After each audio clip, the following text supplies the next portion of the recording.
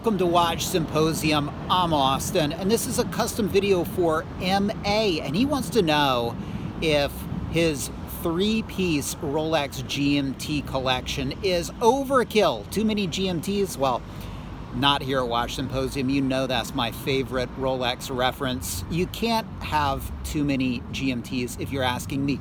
But let's look at his collection and sort of assess it, all right? Now, one of the things I love about Rolex is the family tree, how these watches relate to one another. And you can really see in his collection aspects of this GMT family tree. All right, the first piece that we'll look at is his 16710. Now, this is a tritium piece, so it would be from 1997 or earlier. During the U serials, they switched over to Luminova. And this is a Coke, and it looks to have a faded fat font serifed insert that's original. It would have a holes case and the hollow link bracelet, which of course a tritium piece should. And it's a GMT Master 2, so you can separate the 24-hour hand and the local hour hand, and it's a beautiful piece. His second piece is a 16750, and this is a GMT Master as opposed to the Master 2, so you can't separate the 24-hour hand and the local hour hand.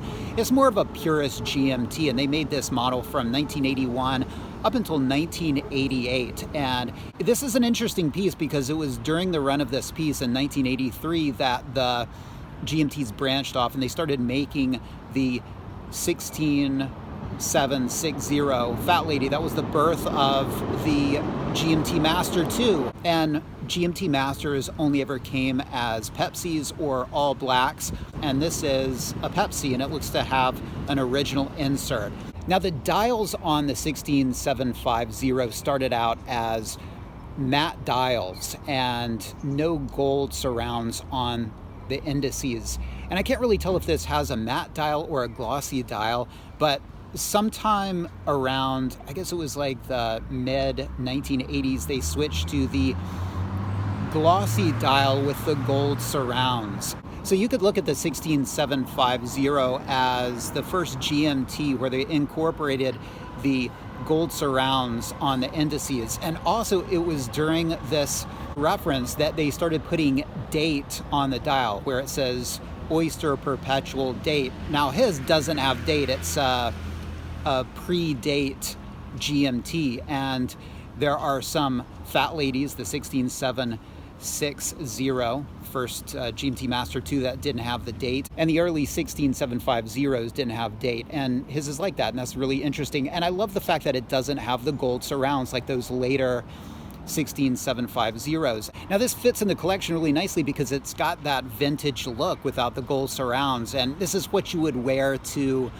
you know, a meeting with other watch enthusiasts. And it's got some cool aspects, the lack of the date, the lack of the gold surrounds, and it provides some contrast with the other piece that he has, which is a Coke, because this is a Pepsi, and also this is on a Jubilee bracelet, and his 16710 is on an Oyster bracelet, so they really complement one another. Now his third piece is a two-tone piece. It's a 16753. It does have the gold surrounds. Many of those 16753s had the nipple dial, and many of them were root beers, but the two-tone aspect gives it kind of a dressy look, although vintage dressy. And you know, this is like a nice fancy piece when you want a little bit of bling. Now, all is not well with this piece because you might have noticed the twos, those dreaded hook twos on the bezel insert. This is not an original insert. It's not a Rolex insert. It's a third-party insert. So, MA, you got to rectify that because you got a bad insert there. So, aside from that, it's a beautiful piece. Now, all of these are tritium pieces, and so if I could go back and sort of rearrange the collection, I'd probably suggest that he go for a 16710 with a Swiss-made dial, and that would give him the solid in-link bracelet if he were to get a later one, and the Luminova, because, you know, having all tritium, it can be hard to deal with come service time, and he's probably going to have his watches serviced through an independent if he doesn't want to lose his tritium hands, because RSC, if they need to change out the tritium hands, will put luminova hands, and you'll get that mismatch between luminova and tritium, and most of us don't like that. In fact, I can't imagine anybody who does. But yeah, so if I were to go back and suggest a different 16710 for him, I'd say that he probably should go with a later one, and it would make the collection a little bit more well-rounded. Now he's thinking of adding a Datejust to the 163000, and sure, it would work. It would give him a dressier watch in the collection. To be honest, I'm not really a big fan of those 116 Datejusts. I don't like the case style.